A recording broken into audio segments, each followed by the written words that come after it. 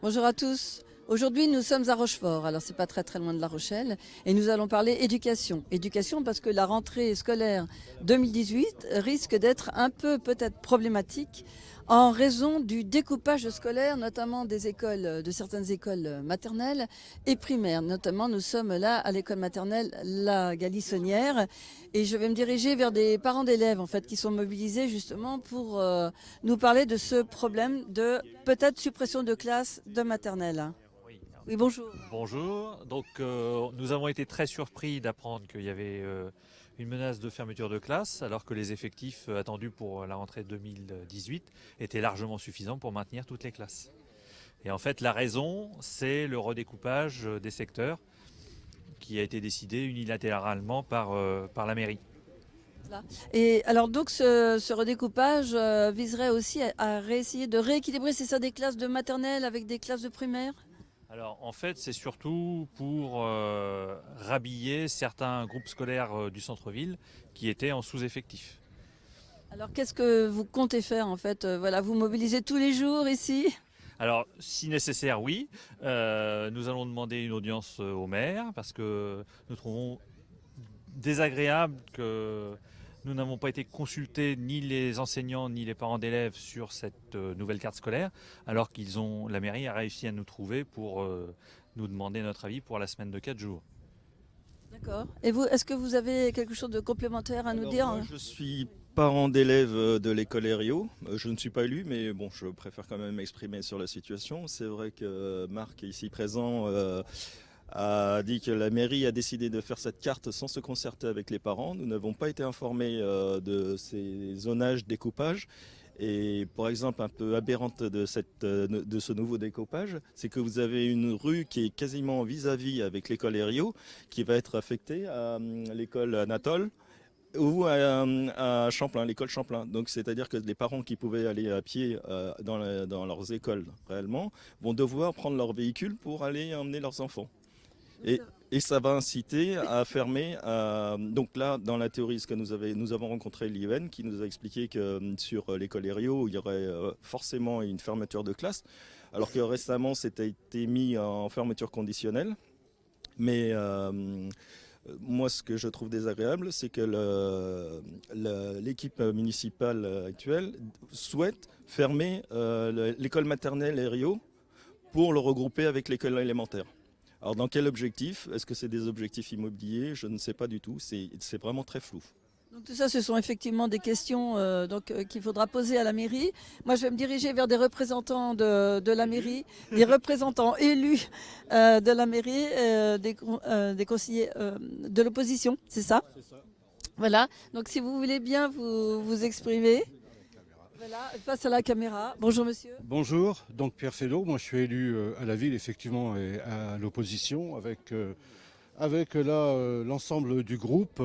Donc nous sommes là aussi pour nous élever contre ce principe de modification de la carte scolaire qui cible deux écoles, la Galissonnière et Herriot, et deux écoles qui relèvent effectivement des secteurs politiques de la ville, et qui les cible en s'attaquant en fait à un principe fondamental pour la réussite des élèves, qui est celui de la mixité sociale.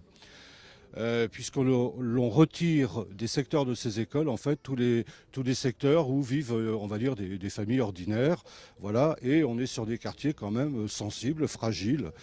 Donc on trouve ça absolument redoutable en fait pour la réussite des élèves. C'est redoutable aussi pour les équipes enseignantes qui depuis des années travaillent très très bien pour ces élèves. Et puis c'est aussi un aspect qui nous interroge beaucoup puisque les enfants que l'on va retirer de ces secteurs, qui pour certains relèvent de la politique de la ville, ne bénéficieront plus des dispositifs mis en place par l'éducation nationale, notamment la scolarisation des 2 ans, mais aussi du dispositif plus de maîtres que de classes.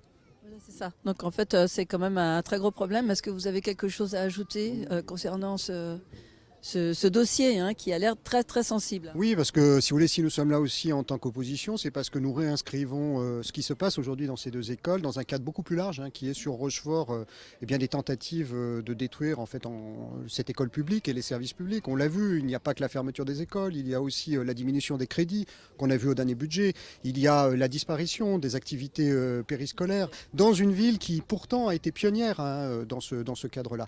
Donc aujourd'hui, il y a une véritable attaque. Alors évidemment, la mairie s'en défend, mais nous, ce que nous constatons, c'est que d'année en année, effectivement, l'offre proposée aux parents et aux élèves diminue, effectivement, au détriment de ce beau service qu'est l'école.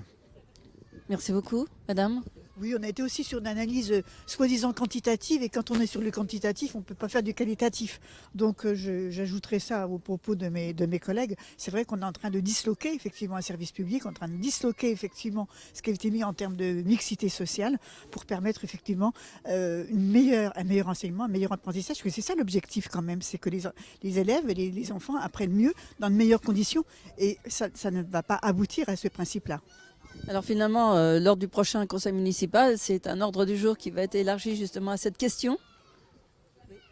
Écoutez, non, puisque la délibération concernant est déjà passée. Mais Quelle est votre marge de manœuvre?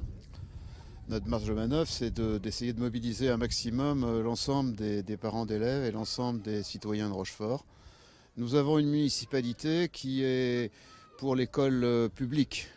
Qui est pour l'école privée. C'était un lapsus peut-être, non? Ce qu'on a appelé autrefois l'école libre. Nous avons un maire qui a été très longtemps président de l'association des parents d'élèves et de l'association même qui gérait une des écoles privées de la ville. Et notre adjointe aux affaires scolaires est une professeure d'enseignement privé. Donc ils veulent appliquer en fait les principes de l'école privée à la ville de Rochefort et nous sommes évidemment vent debout contre ce comportement. Donc c'est un appel aux parents. Aux parents d'élèves, qu'est-ce que vous pourriez dire justement, que ce soit Herriot ou bien la Calissonnière? Eh bien, il faut qu'ils se mobilisent parce qu'on assiste vraiment à une attaque de ce qui fait l'école publique et de ce qu'elle doit apporter. On retourne à la semaine de 4 jours, ce qui est tout à fait contraire à l'intérêt des élèves. Moins de mixité sociale, moins de crédit comme l'ont dit mes collègues. Nous, on observe dans les écoles maternelles, par exemple, que les ATSEM sont de moins en moins remplacés en cas d'arrêt maladie. Or, il est bien évident qu'on ne peut pas fonctionner de façon correcte et assurer la sécurité des enfants et un bon encadrement sans le personnel que la ville doit mettre à notre disposition, à la disposition des enseignants. Vous avez vraiment peur que ce soit la casse de l'éducation nationale en tant que telle, le service public et social? Oui. D'ailleurs, l'adjointe aux écoles, depuis quelque temps, nous dit, vous savez, il y a beaucoup de villes où il n'y a pas d'ATSEM pour les grandes sections de maternelle. Il commence déjà à nous faire sentir qu'on est gâtés, qu'on est trop gâtés, et que les enfants de Rochefort sont sans doute trop gâtés, et qu'il faut revenir en arrière sur certains acquis, et il faut se battre contre ce retour en arrière. Donc alors la mobilisation se fait pour la rentrée de septembre, je suppose? Et au-delà? Mais la mobilisation, elle se fait dès maintenant. De toute façon, la preuve, vous voyez, il y a quand même des parents d'élèves qui sont là, qui ont voulu d'ailleurs faire une action dans l'école maternelle ce matin, mais on leur a empêché d'y entrer. Voilà, donc on commence maintenant, mais je crois qu'il faut effectivement que l'ensemble des parents d'élèves et des habitants de Rochefort soient très très sensibles à ce problème, puisque comme le disait Rémi, comme le disait André, Anne-Marie, Brigitte, c'est réellement le service d'éducation qui est ciblé à Rochefort. On l'avait soulevé d'ailleurs lors du dernier débat d'orientation budgétaire. Il y a eu une petite phrase comme ça qui nous avait paru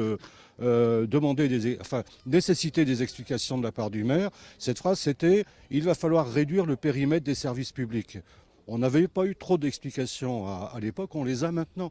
Très clairement, le service public qui est visé, c'est celui de l'éducation à travers effectivement les écoles, à travers les locaux, puisqu'ils refusent absolument, par exemple, de remettre en état cette école qui en a bien besoin. et qu'ils préfèrent faire diminuer le nombre d'élèves de façon absolument scandaleuse. Cette école ne devait pas être menacée d'une fermeture de classe. Elle a actuellement 114 élèves inscrits. Or, ce qui a été fait par la mairie en remodelant la carte scolaire amène à ce que des familles quittent cette école et donc du coup que cette école soit en fermeture de classe. Voilà donc toute la problématique. Et puis au-delà de ça, c'est effectivement tout ce qui avait été mis depuis très longtemps en place par la ville de Rochefort au service de l'enfance, au service de l'éducation, qui se trouve là fortement compromis. Merci beaucoup, monsieur. Merci. Au revoir à tous.